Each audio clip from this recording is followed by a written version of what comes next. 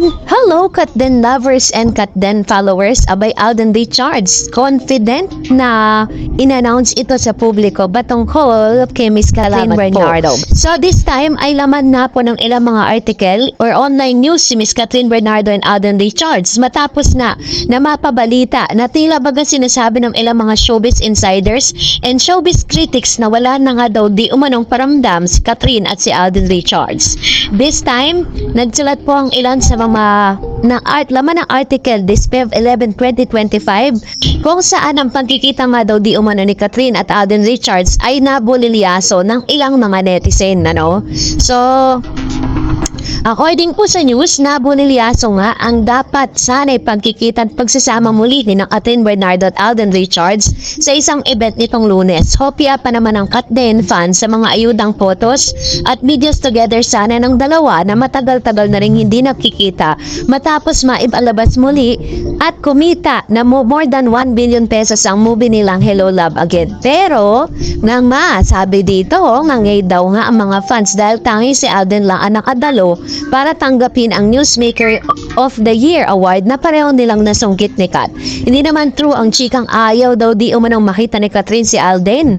No show ang Asia Phenomenal Superstar dahil may nauna siyang commitment bago pa man matanggap ang imbitasyon sa event na yon. Ang nanay na actress na si Min Bernardo na lang ang tumanggap ng award para kay Kat, kaya sila ni Alden ang magkasamang nagpa-picture. So, buti na lang po talaga, meron po tayo mga pagpapaliwanag with regards to this kasi parang nami-misinterpret ng ilan.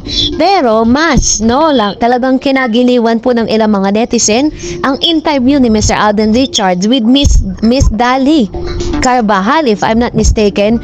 Ito po yung kanyang pagsisiwalat. Let's watch this. Passed away. I'm sorry to hear that. So, Pero si Kat, na-meet ba niya yung lolo mo? hindi na po kasi supposedly parang before we planned to go to the house to meet also the family but hindi na po nagkaroon ng chance eh. Hindi na po umabot.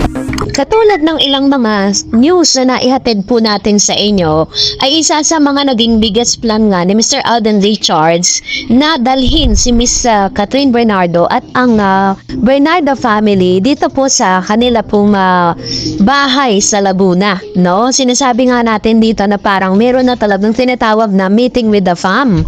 Kasi parang nagkaroon lang talaga ng nagkaroon ng hindi kagandahan na nangyari dito kay Mr. Alden Richards na nataon naman ng pagkamatay at pagpano ng kanyang lolo Danny. So dahil dito is hindi natin alam kung during those times na interview hindi siya natuloy or pagkatapos na mga nangyari na to is nagkaroon na nga ng parang pagsasama or pagsasalo ang Bernardo fam at ang Perkerson family. So, ang tanong tuloy ng marami, kung talagang sinasabi ng ilang mga showbiz critics na pang-promo lang talaga si Catherine at si Alden Richards, bakit po may plano ng pagpapakilala at pagkakaroon ng meeting with the parents and the family ang isa't isa?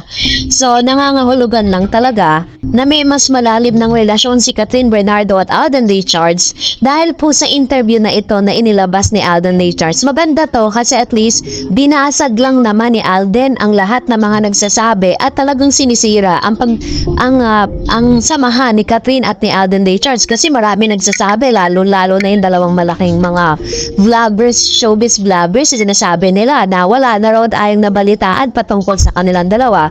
Pero this time basag na basag si OG at saka si Christy Permin sa sinabi ni Mr. Alden na meron ng mga magaganap sana at alam kong naganap na yan ng Perkerson fam at Bernardo fam. So, bakit po may pang-meeting the parents, Mac?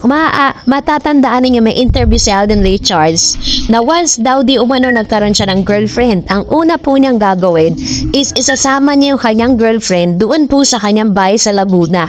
So, nangyari na. So, ano po ibig sabihin nun? Yun po ang senyales na talaga namang there's something special between Catherine and Alden. And dahil dyan, tayo pong lahat ay mag-celebrate. And for that, magbasa tayo ng mga komento ninyo. Inahan natin si Why Not. Sabi nga, alam mo Miss Dars, kaya wala talaga masyadong naniniwala dyan kay Balingbing Pisticker Permin. Dating fan na fan ko no, then sa live nila at channel nila, Sila pa ang nagsasabi na sana magkabalikan ng Katniel. Ha, imagine, two-faced people nga naman, nagkalat. Kaya walang kredibilidad na yan. Kaya kaya nila nasasabi yan kasi di sila makakuha ng news. Kasi nga, quiet ang Katden. De, very true. Kasi nga, parang ano lang sila, dumidepende lang sila dun sa mga nakikita nila. Pero, never po silang nagkaroon ng deep na mga parang iimbestiga with regards to this. At the same time, maaaring may mga question siguro itong si Miss Christy Permin kay Alden Richards kasi nakakausap niya ng personal yan eh. Nakaka-chat niya at meron silang palitan ng mensahe. Maaaring si Alden po pag tinatanong, hindi siya nagsasalita with regards to this. Kaya sinasabi niyang wala na. Sabi ni Miss Josephine Gere, Miss Daris, if you watch all the interview in Catherine and Alden, nakita mo sa mga answer nila sa mga tanong sa kanila, meron talagang something like, anong tinanong ni Boy Abunda kay Catherine, are you ready to fall in love again? Sabi niya with all smile, yes. And nung tinanong si Alden naman si Alden kung nasa si Catherine, sa puso niya, sa isip ko, sa puso. Sabi niya, both. Sino ba naman di may in love kay Alden? Maraming magaling mag-answer sa mga tanong sa kanya. Business-minded, maayos sa room niya. Yan, actually, hindi lang naman po talaga yun yung pinaka-karakter na talagang bugustahin mo kay Alden kasi isa rin siya sa may pinakamagandang credibility dyan po sa showbiz, 'di ba? Na sa tagal-tagal ang tagal na po ni Alden Richards bilang isang aktor pero never po natin nakitaan or nabalitaan ang pangit na balita patungkol sa kanya. Sabi ni Ma'am si Annabel, correct po, kung totoong Katden fans ka, dapat di ka madadala sa mga kung ano mang intriga about sa dalawa. At very true po na di obligasyon na ipapakita sa atin ang bawat galaw nila or lakad. Basta kung ano mang project na meron sila or kada isa sa kanila, supporta natin sila. Basta for me, movie man sila or wala, basta Katden pa rin ako. Solid fan Katden forever. Ayan. Salamat Ma'am si Annabel Garde. Sabi nga hanggang dulo, 'di ba? Kaabangan natin 'yan.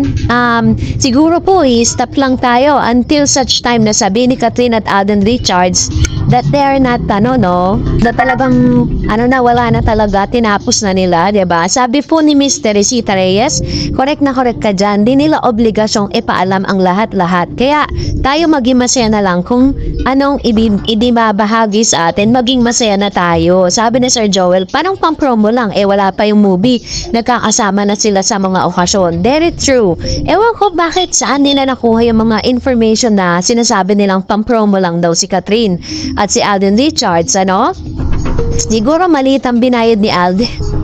Siguro hindi nakakapagbigay si Alden, kaya ganon. So, pwede yun, diba? Sabi po ni Miss Maria Vivian Rino, more Miss Nars, baka ina-advise sila ng network hindi mo na magpakita in public until maipalabas na ang movie ng Kim Pao. Malakas kasi ang hatak ng Katden sa mga fans. Once na makita sila in public, kahit first time lang, for sure sa kanila na lahat ng atensyon.